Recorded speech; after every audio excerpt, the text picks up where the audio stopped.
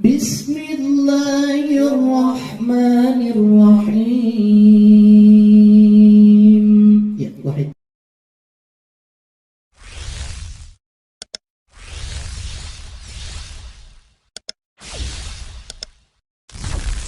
Bismillahirrahmanirrahim. Assalamualaikum warahmatullahi wabarakatuh. Alhamdulillah. Alhamdulillahi rabbil alamin wal akibatu lil muttaqin wa la udwana illa 'alal zalimin.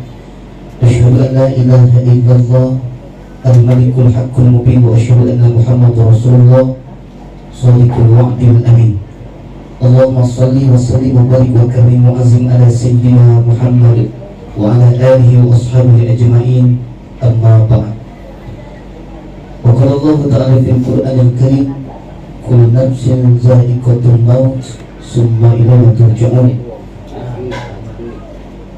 Yang kami hormati keluarga besar dari almarhumah Julia binti Jum, yang kami hormati pemuka agama, para asatiza, ketua RT, ketua RW atau yang mewakili, serta para hadirin wal hadirat, jemaah dalam acara mendoakan almarhumah Julia binti Jum.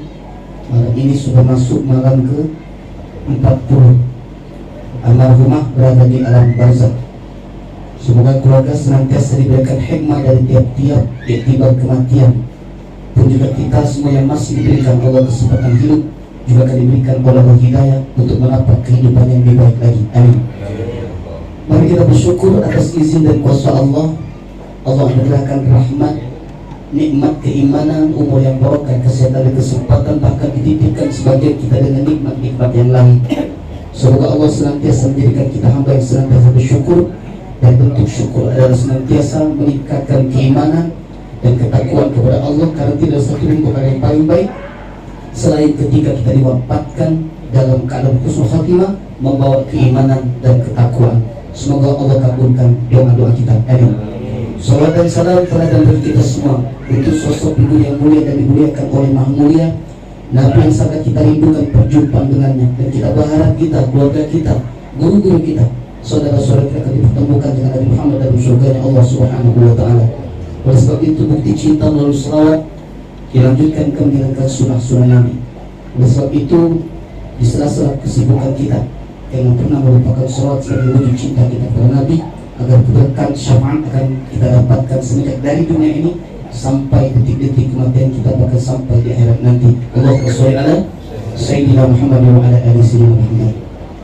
Terus sekalian, tanpa terasa ibunda kita ini almarhumah Julia binti Jum sudah berada di alam barzah 40 hari 40 malam. Kajian kita malam ini tentang angka 40, ya, tapi terkait dengan 40 sebelum kematian dan 40 sebelum setelah kematian, ya. 40 sebelum kematian dan 40 setelah kematian. Karena kan 40 ini sudah pernah dijelaskan banyak. Nabi Muhammad diangkat menjadi Nabi Rasulullah 40 tahun usianya. Hadis ada 40 hadis arba'in yang wajib dihafalkan oleh para santri. Nabi Musa menerima suhuf, ya, ilham dari Allah itu 40 hari 40 malam di Bukit Tursina. Bahkan angka 40 ini proses hancurnya jasad. Angka 40 ini juga dalam hadis Nabi disebutkan fitnah kubur terjadi di hari yang ke-40, bahkan dari awal sampai ke 40. Kita tidak akan bahas itu, tapi yang kita bahas, kita masih hidup ini, ya, kakek nemu yang namanya 40 itu, Bapak Ibu sekalian. Kematian sering dikatakan oleh para ulama, dak kate yang tahu secara umum, Pak, ya, Bu, ya, dak kate yang tahu kan kapan mati, di mana kita bakal mati, cak mana cara kita mati kage, bahkan di kebun kiri mana. Apa yang menjelaskan itu? Al-Quran yang menjelaskan. Dijelaskan oleh Allah di dalam Al-Quran surah Luqman 34, wala tadri nafsun, ya, taksibu ghadan, wala tadri nafsun bi'ayin abdi tamut. Kamu tidak bakal tahu apa yang bakal terjadi, apa yang akan kamu usahakan, apa yang akan kamu perbuat pada esok hari. Tidak tahu. Besok apa yang kita lakukan tidak tahu. Walaupun kita tahu gawe kita, tapi bakal terjadi apa dengan gawe kita tidak tahu. Kita punya profesi masing-masing, tapi kita tidak tahu. Sama tidak gawe kita yang hari ini dengan gawe kita besok, kita tidak tahu. Dan kamu tidak tahu, kata Allah, di mana kamu akan menghembuskan napas terakhirmu. Itu secara umum, Pak. Tapi sebagian para ulama mengatakan ada orang-orang tertentu yang kadang-kadang di luar batas logika manusia. Maksud kita, ada orang yang tahu bakal dia nak mati. Termasuk para nabi itu hampir rata-rata tahu bakal nak meninggal. Nabi Ibrahim, Nabi Yakub, Nabi Muhammad malah ditawari dulu. Turun malaikat maut, ya Muhammad, sudah sampai masa waktumu untuk kembali kepada Rabbmu. Apa kau siap? Kalau kau siap, aku akan tunaikan seperti yang telah diizinkan oleh Allah untukku kepadamu. Tapi anda kata belum siap, aku tak balik lagi. Maknanya macam itu. Enggak, kamu itu ditawarin itu. Anda kata tunaikan mau datang, aku lah kena kau. Yang laju belum? Laju. Dulu, saya mau tahu kena kamu. Dengar, diunggalan. Kita lagi lagi kemana juga? Lagi nambah lagi dosa. Ini Rasulullah cinta Allah itu ditawari. Satu-satunya Nabi ditawari mati itu Muhammad. Kata Muhammad, aku ingin berjumpa dengan Rabbku. Aku ingin berjumpa dengan Rabbku, dengan Tuhanku. Nah, sebagian ulama pun ada yang tahu, Pak, tentang detik-detik kematiannya, bahkan 100 hari menjelang kematiannya. Termasuk Imam Ghazali. Dan itu bukan para ulama baik, bukan para nabi baik, tapi insya Allah kalau kita mau mempelajarinya, kita pun kalau termasuk bagian orang-orang yang terpilih dan orang-orang soleh, kita bakal tahu, kita bakal nak mati. Kata Imam Ghazali, 100 hari menjelang kematian itu menggigil badannya, Pak. Bergetar dari ujung rambut sampai ujung kaki, menggigil. Makanya ada lagunya itu, Bilai Israel tahun 70 lagu itu. Datang memanggil, jasad terbujur di pembaringan, seluruh tubuh akan menggigil, sekujur badan kan kedinginan. Ingat kamu lagu qasidah zaman dulu ya? Nah, masuk 40. Nah, ini asar biasanya, terjadi asar. Nah, kemudian 40 hari, nah ya 40 hari ya, 40 hari menjelang kematian, kata Imam Ghazali ya, biasa dia merasukan denyut di bagian pusat dan dengungan di kuping, banyak-banyak sholawat. Kemudian 7 hari pada waktu asar menjelang kematiannya seseorang itu, dia akan kita nih. Nah, pada waktu yang 40 itu dijelaskan juga di situ ya, denyut di bagian pusat, kemudian berdengung di kuping, itu tanda daun yang ada nama kita ya di Lauh Mahfuz itu sudah gugur dan bakal dibawa oleh malaikat maut. Jadi malaikat maut nyiri gitu.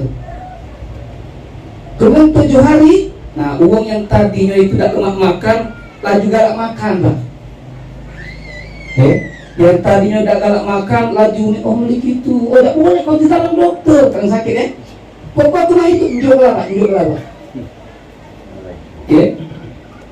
Masuk 3 hari pada waktu asar menjelang kematiannya, 3 hari menjelang kematiannya, baru ada tanda-tanda.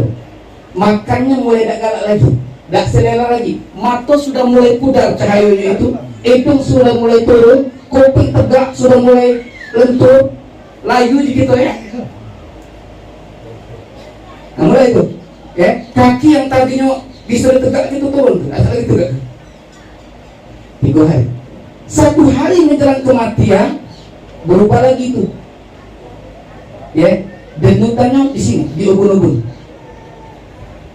Ya. Nah, pada beberapa jam sebelum kematian, ya, tinggal ngitung ngitung jam, ngitung menit, ngitung detik. Itu di pusatnya mulai dingin, pusatnya dingin mulai dingin, balik ke pinggang, balik ke halkul kerongkongan sini. Cuma ini tanda-tanda ini kita udah nyingok juga. Kamu langsung kamu praktek balik ke rumah, muka perut rumah kamu coba ini tidak pusat kau ini. Pulau Pak, ini ada yang ciri-ciri tertentu, ya. Karena itu secara umum yang sakit, ada juga uangnya meninggal mendadak juga dong. Ada kan? Nah, Nabi juga ada yang dibunuh dengan sakit, ada juga yang meninggal secara mendadak. Jadi bukan kita baik. Nabi juga ada yang mendadak meninggal. Ada yang Nabi sakit. Nabi siapa? Nabi Muhammad sakit kan? Nabi Yakub sakit. Ada Nabi yang meninggal secara mendadak, tidak sakit maksudnya itu. Siapa tuh? Nabi Daud alaihissalam. Ibnu Abbas radhiyallahu dalam hadis riwayat Ahmad diceritakan bahwa Nabi Daud ini Pak, Nabi yang punya rasa cemburu yang besarnya Pak. Jadi kalau dia nak keluar rumah itu, ya, dia tidak boleh keluar Pak. Dia keluar, apa dia keluar? Kuncinya. Cuma disiapkannya makanan, kunci rumah. Yang mana-mana sampai kembali. Mungkin kita tuh yang praktek apa? Kebakaran. Iya, mentang-mentang Pak ada yang keluar rumah kebakaran, punau rumah, jangan. Ini Nabi Daud lain dia orang lain sini dari Allah. Yang mana-mana kuncinya rumah siap dimakan. Nah, suatu saat ini kan ini rumah besar, istana. Bini dalam mendek dalam kamar. Ada ruangan tengah tu kan? Nabi Daud keluar kan? Ada urusan penting keluar Nabi Daud, dikunci, rumah dikunci, kamar dikunci. Bininya Rasul ini kan ada kerasa-kerasa di ruangan tengah itu. Intinya Pak, ternyata ada uang lama. Katanya rumah dikunci, dari mana pajak masuk uang lanang itu? Baru pernah aku nengok, lokak marah, punya ada lanang masuk rumah. Tapi dia aneh dari mana uang lanang ini pajak masuk? Padahal pintu sudah dikunci, kamar dikunci, ruang tengah itu dikunci. Begitu kebetulan Nabi Daud tak lama satu balik Pak. Begitu buka pintu, adanya dong itu dalam rumah itu. Kata Nabi Daud, siapa kau ini? Aku jawabnya, aku makhluk yang tak pernah takut dengan raja. Tak pernah takut aku. Jadi tak usah masuk kita Pak, usah ketak aku. Walaupun kau raja, walaupun kau hebat, aku tak takut. Nabi Daud sudah lebak. Kalau mereka mau kan? Iya, selamat datang. Oh Nabi, kalau gitu santai. Iya. Nah sampai kan waktu tadi aku buka kamar, dia baring Pak. Nabi Daud dibaring Pak. Nak pengen mati nanti juga. Ini kalau sampai waktu aku. Jadi Nabi Daud ini tidak sakit. Ya, datang mereka melaksanakan menyalu. Dan ketika sampai waktunya, Nabi Sulaiman putranya, Nabi Sulaiman kan putra Nabi Daud. Ya, Nabi Sulaiman kan ada mukjizat pacak menguasai binatang, bahasa binatang. Dia kata kepada pada waktu itu cahaya matahari terangan siang hari nang makam itu. Kata dia ngomong kepada burung, wahai seluruh burung-burung, tolong naungi ayahku. Jadi begitu Nabi Daud itu wafat, ya, digotong jenazahnya itu dalam keadaan alam tertutup, gelap, matahari tak pacak nyinar bapaknya itu. Ibarat siang hari jam 12 berengkang itu, panas hari, seluruh nyung terdugal, ditutup itu soal kebanyak burung ya, tertutup kan. Cerita tenda. Saya mau begitu. Tadi bayangkan itu. Taruh dalam titik. Tenda zaman dulu ya, burung ya. Kalau tenda sekarang tahu burung apa. Terus kalian kami hormati. Ya. Oleh sebab itu Angka 40 ini memang sungguh luar biasa. Selanjutnya juga harus kalian ibu sampaikan pada saat ini bahwa hidup ini sebenarnya kalau kita ini mati dalam keadaan baik ditentukan dari kehidupan ini. Kehidupan yang baik, kematian yang baik akan ditentukan bagaimana kita hidup. Zaman dulu ada sahabat Nabi. Sahabat Nabi ini namanya Sya'ban, kalau kita pernah dengar. namanya Sya'ban. Sahabat Sya'ban ini tidak populer Pak. Cak Umar Ibn Khattab, Abu Bakar, Umar, Utsman, Ali, Bilal, Abdurrahman bin Auf yang dikenal. Bahkan tidak katil lah kalau anak-anak IT sekolah Islam terpadu itu nyebutnya. Saking tidak populernya tadi Sya'ban ini. Kalau anak-anak di pesantren tahu kan lo, siapa sahabat Nabi? Abdurrahman bin Auf, ya, Zaid bin Harisah dan seterusnya sebutnya juga. Tidak tersebut nama Sya'ban ini, karena Sya'ban ini sahabat yang tidak terkenal. Tapi subhanallah, iktibar peristiwa yang banyak kita lihat menjelang kematian itu aneh. Sya'ban ini kebiasaannya Pak, kalau di masjid, dia ini sudah sholat berjamaah, sudah zikir, nyudut Pak, nyudut, tidak pernah zikir di situ. Nak lanjut ke zikirnya tadi, dia nyari tempat apa itu pojok. Cuman adika bukan itu, gitu nih. Itu nih beda, nak nyari tempat kayak gitu saya laju, ya.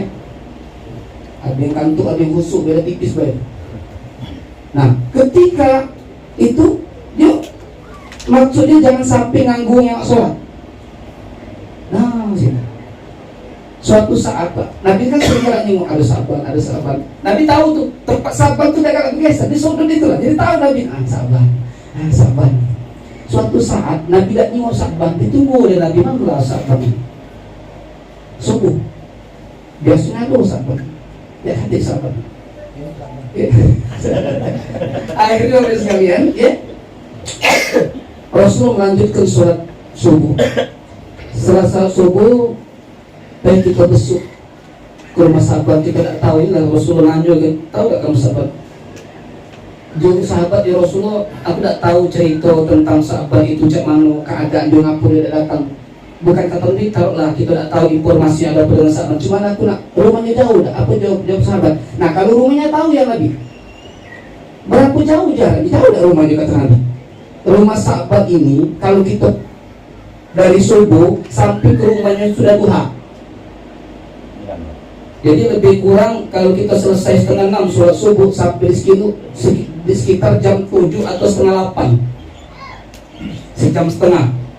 Ya Allah, sudah kita ke sana. Ya para Nabi sebagian pakai kendaraan kan, pakai kuda, kalau zaman dulu ya. Kalau sekarang pakai mobil bermotor ya. Sampailah di situ.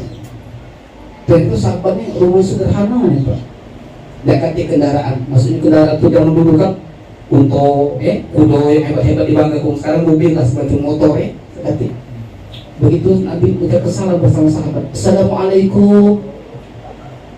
Dari rumah itu suara wanita, Waalaikumsalam. Dia buka, terkejut Pak, ternyata Rasulullah.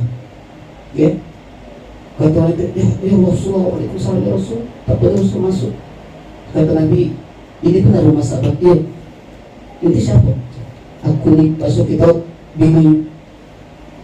Iya kami kesini nih di samping silaturahim nanyo kabar Sya'ban, kemana Sya'ban? Biasa dia terus. Jika sudah beberapa hari didekati, Nabi mengucapkan kata-kata itu, bini sudah netes ke banyu mata. Ada ketahanan lagi banyu mata itu. Sya'ban dekati lagi ya Nabi. Nah, jelas dia sudah meninggal. Innalillahi wa inna ilaihi raji'un. Dia sudah meninggal. Begitu mendengar kata-kata itu, akhirnya dia mengatakan innalillahi wa inna ilaihi raji'un. Kami akan mendoakan mudah-mudahan dia husnul khotimah. Lalu perempuan tadi, istri Sya'ban tadi berkata kepada Nabi, ya Rasulullah, aku ingin bertanya kepadamu.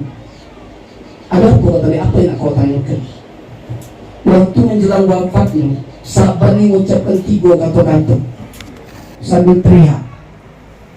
Kata Nabi, kata-kata, iya.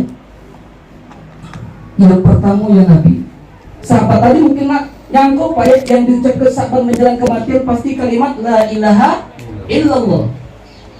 Nah, dia mengucapkan Al-Quran. Nah, dia mengucapkan tahmid, tasbih, takbir, tahlil. Nah, dia mengucapkan sholawat. Nah, 3 kata yang diucapkan oleh Sya'ban menjelang wafatnya, bahkan teriak dia. Oh ya Allah, katanya, kenapa tidak jauh? Kenapa tidak jauh? Yang kedua, oh ya Allah, ucapan yang kedua. Ucapan yang kedua, ngapa tak yang baru? Ucapan yang ketiga, Oh ya Allah, ngapo dak galonyo, ngapo dak jauh, ngapo dak baru, ngapo dak galonyo. Ada apa ya Rasulullah? Aku tidak tahu, tapi tahu. Akhirnya Nabi membuka surah Qaf ayat 22. Laqad kuntum kashafna min hadha min ta'ak fabasaruka yawma hadid.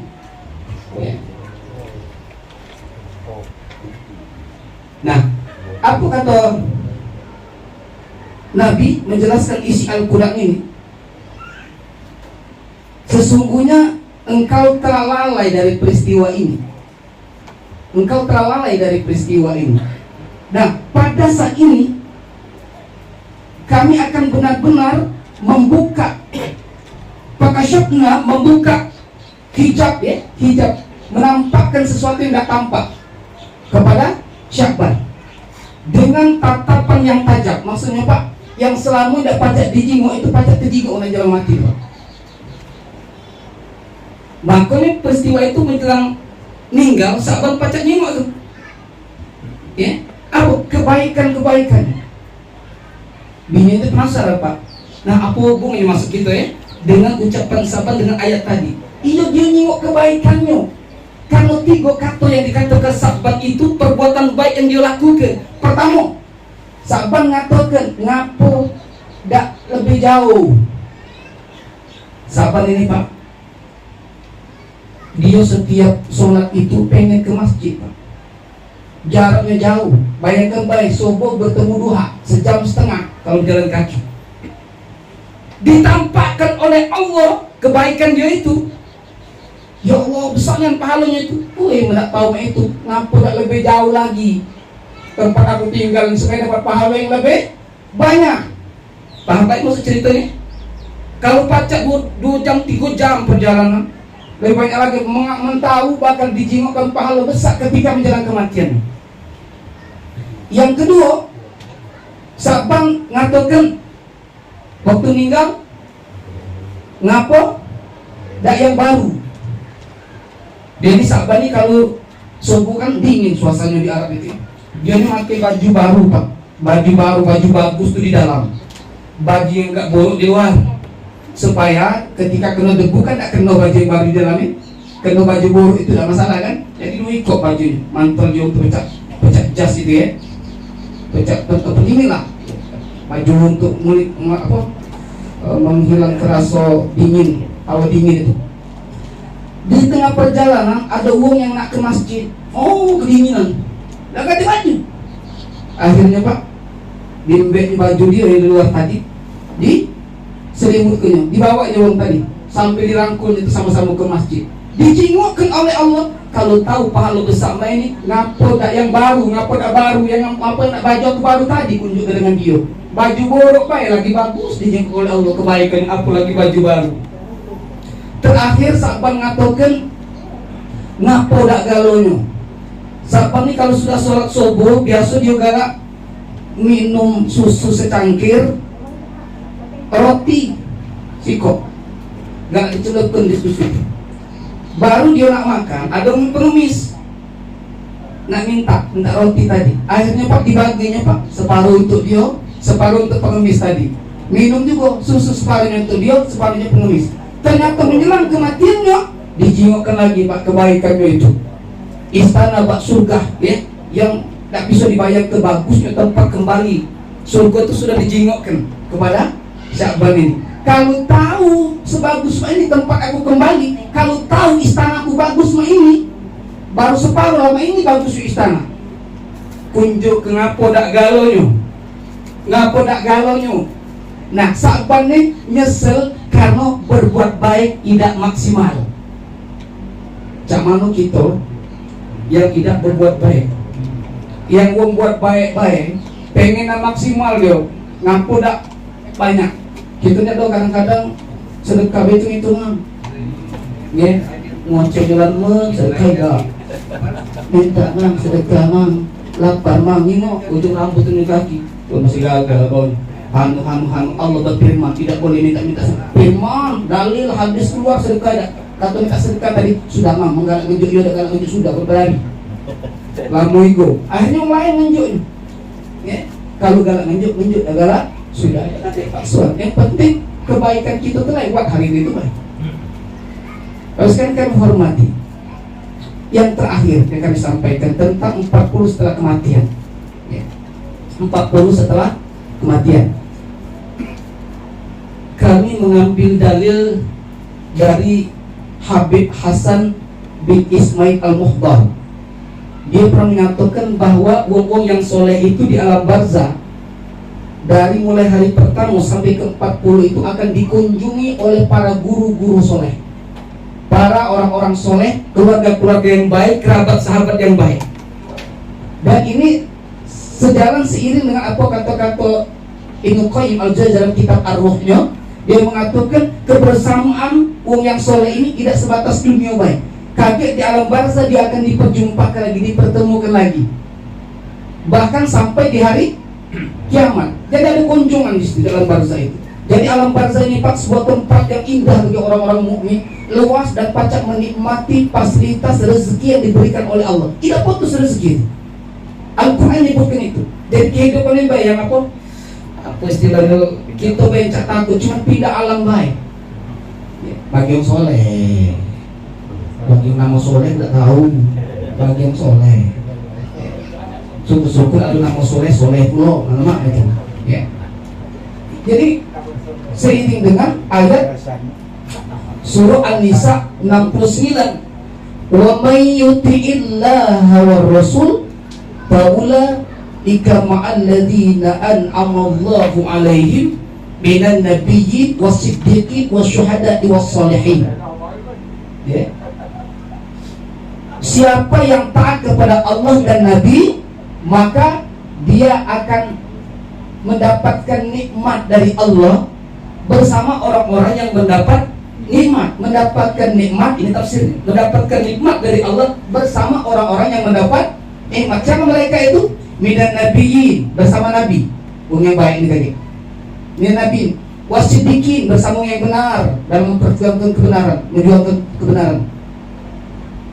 Wasyuhada, dengan orang yang mati syahid, wasolihin, dengan orang-orang soleh. Wa hasuna ulaika rafiqa, mereka lah sebaik-baik teman. Jadi sekalian sebagai bahan penutup, ya.